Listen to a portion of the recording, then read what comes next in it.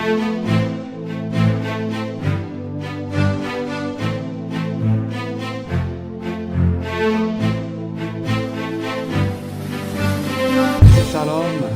bien-aimés amis de Jésus, ce matin nous sommes dans la joie du Seigneur et nous lui rendons toute la gloire. Nous sommes réunis au nom du Père et du Fils et du Saint-Esprit. Amen. Alors bien-aimés, ce matin nous allons dire merci au Seigneur parce que c'est une grâce qu'il nous accorde ce matin d'être dans sa présence. Allons ensemble, disons-lui merci. Ce matin, Papa, je veux te dire merci. Merci parce que tu as veillé sur mon âme. Merci parce que tu m'as accordé ton soutien. Merci infiniment parce que durant toute la nuit, tu as été avec moi. Je ne pensais pas me réveiller, mais Seigneur, tu as posé la main sur moi et tu m'as libéré. Merci pour la vie que tu donnes à mon frère. Merci pour la vie que tu donnes à ma sœur. Ce matin, je suis dans la joie parce que Jésus, tu es vivant dans ma vie. Tu es vivant dans notre vie, Jésus. Et tu nous as fait la grâce du Saint-Esprit. Tu nous as fait la grâce de ton Esprit Saint. Ce matin, je sais que Saint-Esprit, tu es déjà parmi nous. Parce que là où les enfants de Dieu sont réunis, ta présence est agissante. Et ce matin, Saint-Esprit, prends le contrôle de ce moment. Prends le contrôle de la vie de chacun de nous. Prends le contrôle, Seigneur Dieu, de ma vie. Prends le contrôle de cette journée que tu m'accordes. Et donne-moi, Seigneur, ce matin, d'être ouvert, totalement ouvert à ta grâce et à ta bénédiction. Merci, Saint-Esprit de Dieu. Merci, Saint-Esprit. Alors, amis de Jésus, ce matin, nous allons partager une merveilleuse nouvelle tirée de Luc chapitre 10, à partir des versets 38 jusqu'au verset 42. Et je lis la parole du Seigneur. Comme il faisait route, il entra dans un village et une femme nommée Marthe le reçut dans sa maison. Celle-ci avait une sœur appelée Marie qui, s'étant assise au pied du Seigneur, écoutait sa parole. Marthe, elle, était absorbée par les multiples soins du service. Intervenant, elle dit, « Seigneur, cela ne te fait rien que ma sœur me laisse servir toute seule. Dis-lui donc de m'aider. » Mais le Seigneur lui répondit, « Marthe, Marthe, tu te soucies et t'agites pour beaucoup de choses. Pourtant, il en faut peu, une seule même. C'est Marie qui a choisi la meilleure part. Elle ne lui sera jamais enlevée. » Parole du Seigneur. Marie a choisi la meilleure part. Elle ne lui sera jamais enlevée. Marie a choisi la meilleure part. Elle ne lui sera jamais enlevée. Alors, amis de Jésus, nous voulons encore revenir sur ce passage. Je crois pour moi qui est rempli d'enseignements pour nous et pour toi, pour moi, en tant que serviteur. Et Jésus qui a dit à Marthe, il dit, Marthe, Marthe, tu te soucies et t'agites pour beaucoup de choses. Marthe elle était absorbée par ce qu'elle faisait. Elle était absorbée par ses multiples tâches. Au point où elle ne voyait plus le Seigneur.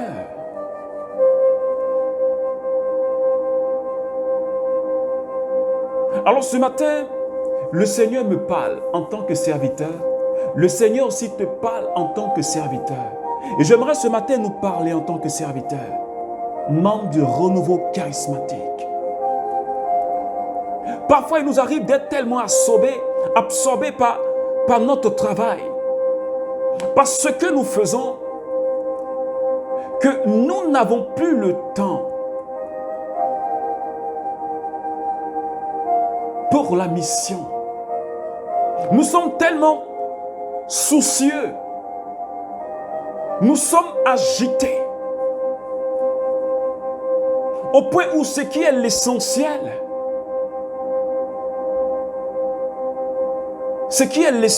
nous ne le voyons pas.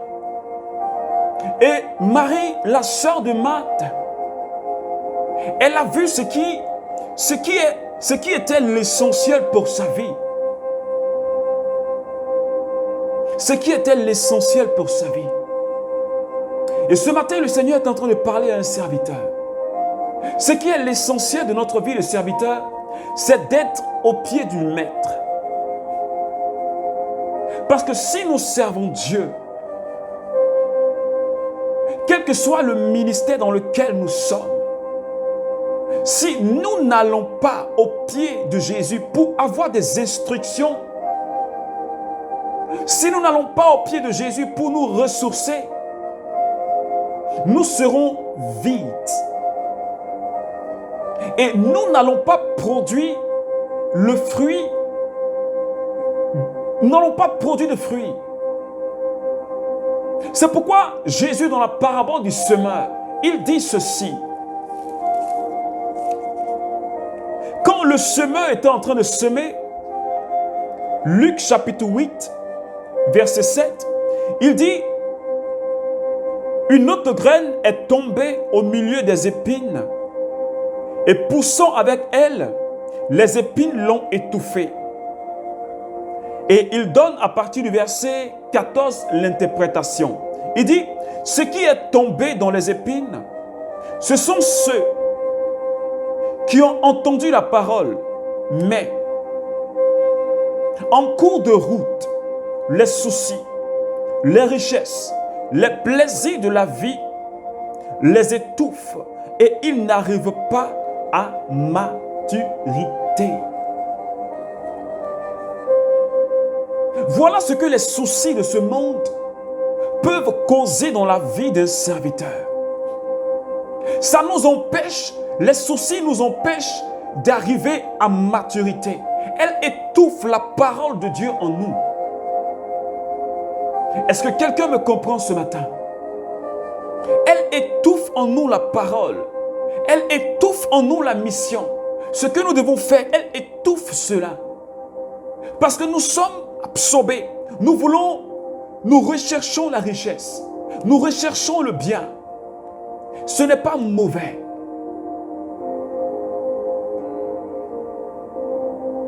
Mais cela étouffe la parole qui est en nous, ces soucis, au point où on ne peut plus porter de fruits dans le ministère. Si tu es dans un ministère pendant des années, et quand toi-même tu te regardes, le ministère dans lequel tu es, que ce soit l'intercession, que ce soit la louange, que ce soit l'évangélisation, que ce soit l'accueil, ou un autre ministère, mais si tu ne portes pas de fruits, si tu vois que tu n'avances pas dans ce que tu fais, c'est qu'il y a un problème. Parce que nous sommes agités. Nous sommes agités. Et nous ne pouvons pas marquer notre temps, je veux dire marquer notre milieu de prédilection. Parce que nous sommes vides. Le Seigneur m'invite ce matin à moi. Et le Seigneur t'invite ce matin à te rendre au pied du Maître, au pied du tabernacle, au pied du très saint sacrement, pour te ressourcer. Parce que le Seigneur nous appelle à cet endroit en tant que serviteurs. Parce qu'il a des instructions à nous donner. C'est là-bas qu'il peut nous former. C'est là-bas qu'il veut nous établir dans sa présence. Parce que, amis de Jésus, nous avons besoin d'être remplis de Jésus. Et il dit, Marie a choisi la meilleure part qui ne lui sera jamais enlevée. Le Seigneur me remplira. Le Seigneur te remplira lorsque tu seras à ses pieds dans sa présence. Parce que l'on ne donne que ce qu'il a reçu. Mais si tu n'as pas reçu, tu ne peux pas donner. C'est pourquoi le Seigneur m'invite ce matin à être aux pieds, à ses pieds. Le Seigneur t'invite à être à ses pieds pour que nous soyons efficaces. En Actes chapitre 19, il y avait un groupe de serviteurs. C'étaient des enfants d'un prêtre juif, des enfants de Sceva. Ils étaient 7 et ils faisaient des prières. Ils priaient pour des personnes. Ce n'était pas mauvais ce qu'ils faisaient. Ils priaient pour chasser les esprits de la vie de malades. Parce qu'ils avaient la compassion des malades. Ils voulaient faire du bien aux malades. Et un jour, ils sont tombés en face de quelqu'un qui était possédé par un esprit. Mais l'esprit leur dit ceci. Acte chapitre 19. Mais l'esprit mauvais leur répliqua. Jésus, je le connais. Paul, je le connais. Mais vous, qui êtes-vous? Paul, je le connais. C'est un consacré. C'est un mis à part. Jésus, je le connais. C'est le Saint de Dieu. Mais vous, les fils de Sceva, qui êtes-vous? Et eux, comme ils faisaient leur délivrance devant un malade, il dit, au nom de Jésus que Paul prêche. Au nom de Jésus que Paul prêche. Ils font prière par procuration. Eux-mêmes, ils étaient vides. Le démon leur demande, vous êtes qui? C'est quoi votre identité spirituelle? Parce que quand je vous regarde du pied, je dis de la tête jusqu'à la pointe des pieds, vous êtes vide.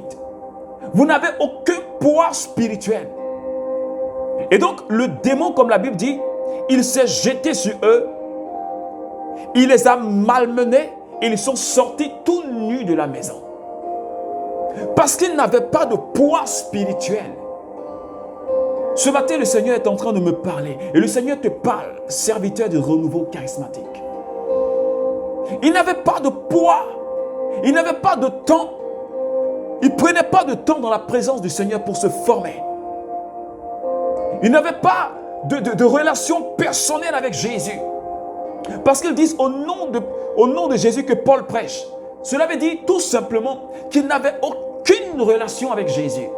Et parfois, nous, serviteurs de Dieu, membres du renouveau charismatique, qui sommes dans les ministères, on n'a parfois aucune relation. Les soucis nous bombardent. Nous sommes perturbés. Et nous tournons en rond. Mais allons-y au pied du Maître. C'est là qu'il va nous donner des instructions concernant notre vie, concernant notre ministère. Et je crois que nous serons encore plus sereins, plus calmes. Quand viendra les tempêtes, quand viendra les vents aussi violents, mais nous serons sereins parce que nous savons le plan de Dieu pour notre vie et pour notre ministère. Mais si nous n'allons pas dans la présence de Jésus, nous serons tout le temps perturbés. Nous serons tout le temps malmenés par les démons. Parce qu'aucune relation, aucune intimité, comme ces 7 fils de Sceva. Mais Marie, la sœur de Marthe, elle voulait se remplir de Jésus. Ce matin, je demande à quelqu'un, Et je me demande à moi-même, soyons remplis de Jésus. Si nous voulons impacter, si nous voulons avoir de l'impact dans le milieu de l'évangélisation, si nous voulons grandir dans notre ministère, parce que nous sommes appelés à croître dans le ministère, on ne doit pas rester à un niveau. On doit croître dans le ministère, grandir dans l'onction que Dieu nous a donnée. Parce que les apôtres, quand ils ont été appelés et quand ils ont reçu l'effusion du Saint-Esprit, ils ne sont pas restés au même stade. Il y a eu une croissance dans le ministère. Pierre, avant, son nombre ne guérissait pas. Mais quand il a reçu l'onction de Dieu, il a grandi dans le ministère. Là où il passe, son nombre guérit. Paul, on pouvait poser un mouchoir sur son corps et le déposer sur un malade et le malade était guéri. Mais avant, Paul ne pouvait pas faire cela parce qu'il a grandi dans le ministère. Le Seigneur veut nous voir grandir. Le Seigneur veut me voir grandir. Il veut te voir grandir. Afin de faire des exploits. Parce que le monde a besoin de témoins. Et toi et moi, nous devons être des témoins authentiques. Non pas être médiocre dans le ministère, mais être efficace dans le ministère. Et Jésus m'interpelle, moi. Jésus t'interpelle, toi, membre du renouveau charismatique. Réveille-toi et lève-toi. Va dans la présence de Jésus et abreuve-toi à la source. C'est là qu'il forme ses saints. C'est là que nous pouvons être véritablement remplis de la vie de Dieu. Alors ce matin, prions le Seigneur. Demandons la grâce à Jésus de nous aider pour que nous soyons au pied du Maître en tant que serviteurs, pour nous ressourcer, pour ne pas que les soucis de ce monde nous bombardent, pour ne pas que nous soyons préoccupés par les plaisirs de ce monde. Je ne suis même pas encore arrivé au stade 1. Et je veux vivre dans les plaisirs de ce monde. Je veux me faire plaisir. Je ne suis même pas encore arrivé au stade 2 de ma grâce. Et je veux rester dans les plaisirs de ce monde.